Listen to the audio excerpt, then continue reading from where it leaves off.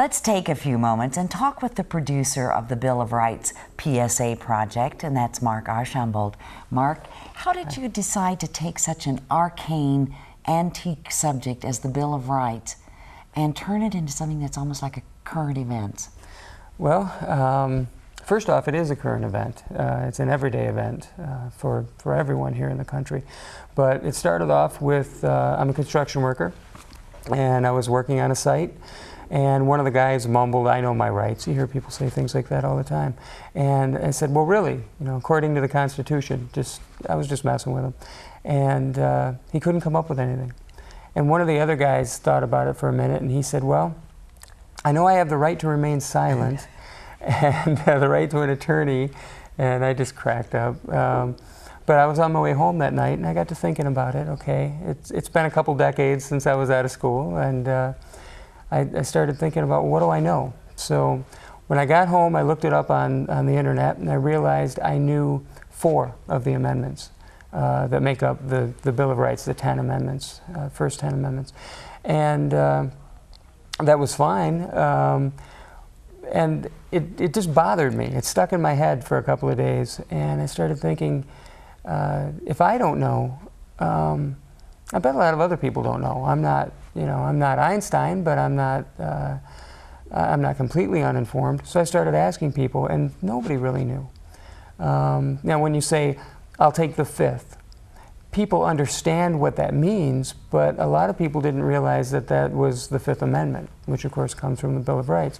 So there's a lot of things that we do actually know, we just don't know where they come from. That's what started it for me. I've always been interested in history, so I started digging into it, reading some of the things that James Madison wrote. He wrote the Constitution and the Bill of Rights, and just searching it down. And I'm the type of person who doesn't say someone should do that. I'm the type of person where if I think it needs to be done, I'll say, why don't I consider doing that? And I did.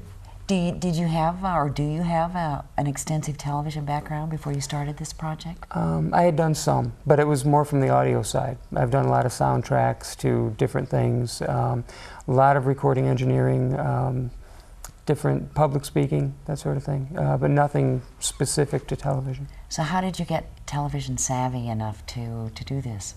I'm not. I am fortunate to know a lot of people who are. And so I've been just leaning on people who've been gracious enough to help me. And they know, they understand how it works, and they've been guiding me through the process. I'm a member here at Access Tucson, so that helps. But mostly if I have a question, I ask. I'm not afraid to ask. Right. What did it entail to get all of the different well-known people in Phoenix, Tucson, to get them involved in this? A lot of phone calls, a lot of emails. I would say that for every 10 people I contacted, I had maybe 2 responses, and at first maybe 1 of those would be positive. For the people who got it, they got it right away and they grabbed onto it. Once I had a couple of names that everyone knew, then it was a lot easier. But at first it was just a lot of phone calls. Why do you think this is important now, that people know the Bill of Rights, the American citizenry know the Bill of Rights? Is it important perhaps more now than ever? I don't know for sure if there was ever a time when it was more important or less important, but I believe that it's vitally important now. We stand at a place in the history of our nation where the people, I don't think, understand how much they actually control. I don't think many people, I know I certainly didn't, understand just how incredibly blessed we are in this country to have the things that we have. And 200 years ago, a little over 200 years ago, we had a group of people who embarked on a bold experiment. And that experiment isn't over. It's still going on. And the only way it can be guided on the correct course is if we understand what the rules are. In America, we have a lot of differences. We celebrate our differences. And that's wonderful. Sometimes we celebrate our differences loudly on television. And that's fine too. We have that right, the First Amendment. But the one thing we all have in common, each and every one of us, is the documents that our founding fathers gave us, which is the Constitution, which is the Bill of Rights, which are the amendments that have sprung up since then. It's the one place where it's a level playing field. Doesn't matter who you are, doesn't matter what your socioeconomic background is, doesn't matter the color of your skin, it doesn't matter your race, it doesn't matter what preference you have about anything in your life. That's the one thing that is a constant. We have these rights. And as long as we know them and protect them, then then we can truly live out the American dream and guide the country in the way we all want it to go. Right. What do you see as the future for this project? Well, we're doing the project here in Tucson, and that entails the public service announcements on television and radio in English and Spanish, but it also entails documentary about the making of it and about the writing of the Bill of Rights. There are a few other things that we're working on that we're not quite sure how they're going to go yet, but we're going to take it to the state level from here. We'll be shooting in Phoenix actually starting in a few weeks, so we'll be doing it on the state level. From there, we'll be going national. That's always been my intention. The idea from the very beginning was to use national figures to do this on a national level. My goal is to get a DVD and additional learning aids in civic education into the hands of every school district in the country, if I can do it. That's where I'm going with this. And the crowning achievement of it all is I want to bring together all of the living American presidents and do a special with them talking about what the Constitution and the Bill of Rights means to them, and then present that through public television or some forum like that. All right. I also have, now that you've been studying a lot and doing a lot of research, is there some other project that you would perhaps like to identify and learn more about, and again, teach us as citizens and let us partake of what your research is, and that's something that has been spawned from learning all of this? Actually, there is, and we haven't talked about this before. No.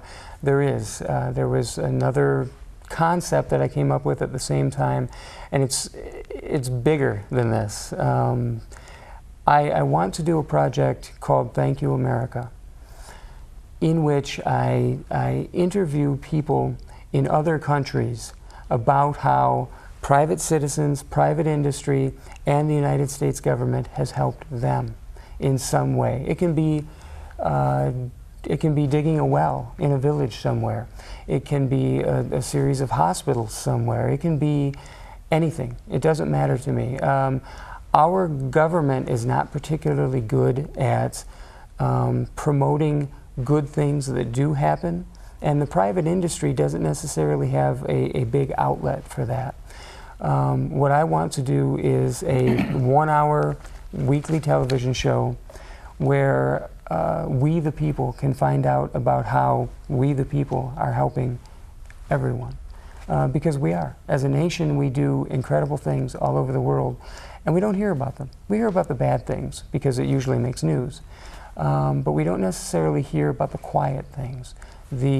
Somebody who got a scholarship and was allowed to go to school, the aid packages that went to whatever. It can be tsunami relief. It can be something. I found out in investigating all of this that the United States government has an education program that travels all over the world, educating people in foreign countries about civics in their country. And I think that's incredible. If the government's willing to do it, then I think that the people within our own country should find out about it. And finally, one last question. Sure. What was the biggest kind of surprise that maybe you said to yourself, my gosh, I didn't know that. when you were doing research on the Bill of Rights? There were quite a few, actually, big ones. Or tell us one. Well, I was amazed at how well thought out everything was. When they put these documents together, first off, it was 11 years from the time that the Declaration of Independence was signed to the time of the Constitution being put together. And they weren't sitting around doing nothing during those 11 years. They were thinking about it. They were thinking about how can we come up with something that's going to be great. Not just good, but great. And live a long life, have a long life. Exactly, yeah. And now we're 200 years later, and there's been a lot of changes, but the basic concepts that they came up with are still great. And I find myself reading letters and documents from that time period and just saying, wow, these people really cared. These people really, really were on to something. They grabbed a hold of something amazing. And they didn't agree. They had to work it out as they went along. There weren't instructions about how to create a good, nurturing democracy. Right.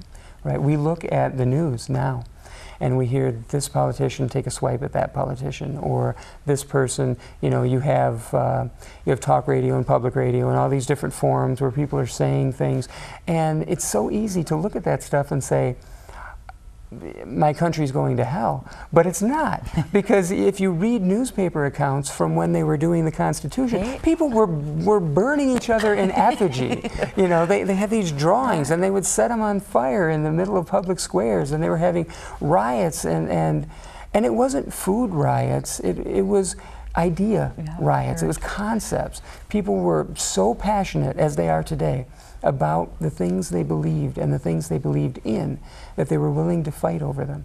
And I don't think that's changed. I think the passion was there then, the passion's here now, and I'd just like people to be able to see that we can get passionate about this. We can get passionate about these documents, these old archaic documents and these old archaic concepts that mean so much.